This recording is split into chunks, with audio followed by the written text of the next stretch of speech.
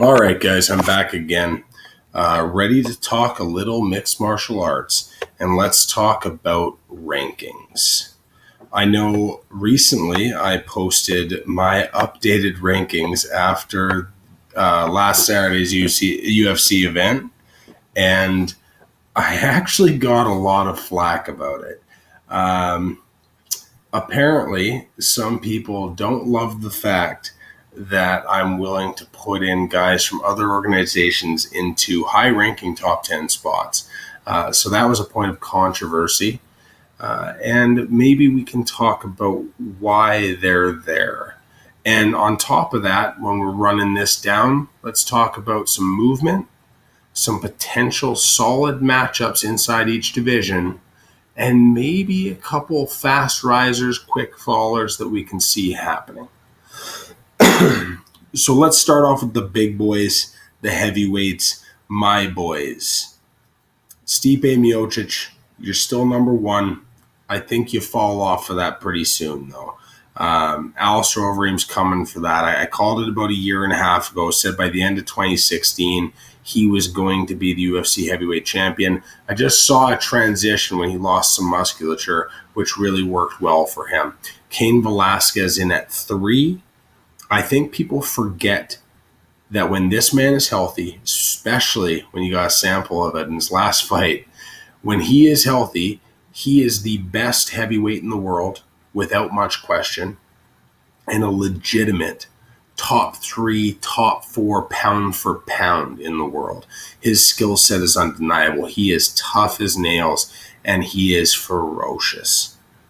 The only addition to the top 10 that I have, you'll never see a Frank Mir unless he goes on a crazy run. That's not a thing.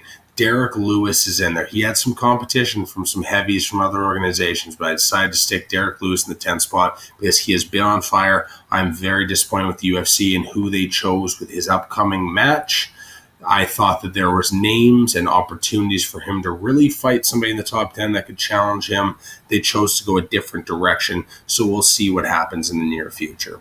Light heavyweight, John Jones is still number 1 in my book. I hate the man. He's a dirtbag, but he might be the best fighter of this generation. The OSP fight, obviously ring rust was a real issue there, but we'll see what happens. I am a believer in Anthony Rumble Johnson. I've been saying it for forever, and I'll keep saying it. Rumble puts Jones down if they fight in crazy fashion. I do not think that John Jones can take a shot from Anthony Rumble Johnson and be awake to tell about it. Also in the top 10, this is where I got a little bit. Phil Davis at 6, McGeary at 8. I love Liam McGeary. I think there's a lot there. And Nikita Krylov at 10 because his overall skill set is wonderful, and I think there's a lot of growth there to be done. Michael Bisping at number 1 in middleweight, which makes me think that simulation theory might actually be a thing and somebody's playing a joke on us because I would have never predicted that in a million years, especially at this point. Everything else basically stays true. After Romero at 5 and Musashi at 6, the division really thins out and stagnates. You're looking at guys like Belfort, Whitaker, Machida, Hall. Basically, that comes down to styles and fights. Any of those guys can win or lose depending on who they're against, and there's no real discernible skill. Welterweight Tyron Woodley called that against Robbie Lawler. Feel bad that I called it because I am a huge Robbie Lawler fan. They're both just placeholders. Stephen Thompson will be the champion in this division in the next 6 months. His movement's too good. His intelligence around the fight game is too good. So I think that is a definite going to happen inside 6 months. Condit and Maya, we'll see what plays out there. Kelvin Gastelum, a lot of growth. He's doing great. If he can keep that weight in check, he's fantastic. Rory McDonald on to financial greener pastures. We'll see what that does for his career. And then McGregor and Nate Diaz. People are sleeping on the greatness of Conor McGregor, I think. I think it's turned into a little bit of a comical side note. But in 10 years, when people think about what he just did, going up 2 weight classes to fight a reasonably large welterweight, not a big welterweight, but a guy that's legitimately a 170-pounder. You saw the size difference in the ring. and doing what he did, that's going to be an amazing story in 10 years once we get outside of the moment. Lightweight, it's the same stuff. Everybody is there, and the fact of the matter is, when Nurmagomedov is healthy, it doesn't matter because he's the best fighter in the world at that weight class. Tony Ferguson, I am just waiting for them to finally go with a matchup that's going to challenge him. I don't think they've given it to him. I'm hoping that we see somebody from that top 5 go at him, somebody that's really going to push his skill set, because I think he will crumble. At featherweight, you're looking at Conor McGregor. It's his division. It's 4 deep. Beyond that, you're looking at guys like Daniel Strauss. Got some flack for that at 5. The Pitbull at 7. Cub Swanson's at 9. A lot of people have dumped him from their top 10. I don't understand why. Bantamweight, it's just waiting to see if Dominic Cruz and how long he can hold his belt. I don't think Dillashaw has the stuff to beat him. Bibiano Fernandez isn't coming across, which is unfortunate because that's a challenge. Dantas can fight. Then it kind of thins out. Lineker's looked great in that division.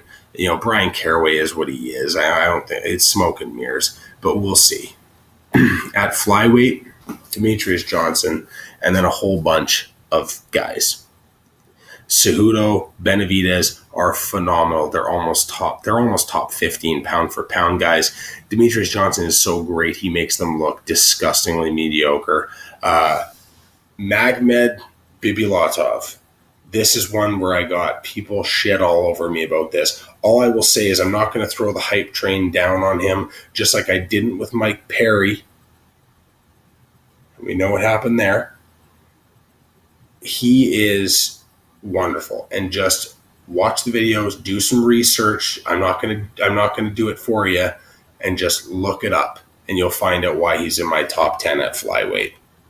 Bantamweight division is, let's be honest, it's interchangeable in the top 6. Anywhere from Pena, Holm, Shevchenko, Rousey, Tate, Nunez, flip a coin. They're all right in that mix, and then it thins out a lot. It'll be interesting to see when Sarah Kaufman gets back. Alexis Davis, same thing. There's a lot of bodies. That division's 15 deep. Strawweight, we all know who the queen is, and I don't see anybody being able to compete with her. Angela Hill looks nice now. Olivia Natasuza looks very, very, very good. Joanne Calderwood's unfortunate because she's a 125er, and that division's not happening. And at 125, she's a kingpin. 115, she's cutting a ton. At 135, she's little. So it's kind of unfortunate for her. There's other ones too. Alexa Grasso is nice. You'll see a lot of women come into the 115 division in the next year or two that are going to be extremely, extremely good. And now the pound for pound list. Number 1, John Jones. No, it's not. I'm just joking. It's Demetrius Johnson. Demetrius Johnson's the best fighter in the world. He keeps getting better, which is terrifying. I know people say that a lot about fighters, but he legitimately went from a guy that decisioned you to death to a guy that could decision you and submit you. And now he's somebody that can put you down with one punch. And that is a rare skill set, especially for a guy of his size. John Jones, Dominic Cruz, Conor McGregor, Jose Aldo. That fills out your top 5. We've got Cormier and then Anthony Johnson. Johnson will slide up very soon. Joanna Jędrzejczyk, she's at 8. Stipe, Woodley, Alvarez. Bisping feels weird to put at 12, but he has a strap. I couldn't disrespect him and leave him out, despite the fact that on a pound-for-pound list, I think it's kind of ridiculous. I don't think it's a thing. And then Robbie Lawler, Stephen Thompson, Joseph Benavidez round up that list. Stephen Thompson, look for that rise. In terms of interesting matchups that I'm looking to see, it will be fantastic to see Angela Hill and a couple girls go at it. And 115 women's is fantastic, especially at the UFC. There's a lot of bodies there to fight. I pray every day that Bibiano Fernandez is going to come over and fight Dominic Cruz, because that would be the best thing ever. Beyond that, we're looking at what Conor McGregor will do next. And if I had it my way, he'd be fighting Edson Barboza, because that is amazing. But we shall see. So if you want to talk about this more, at the main card on Twitter, let's start a conversation, and I'll talk to you soon.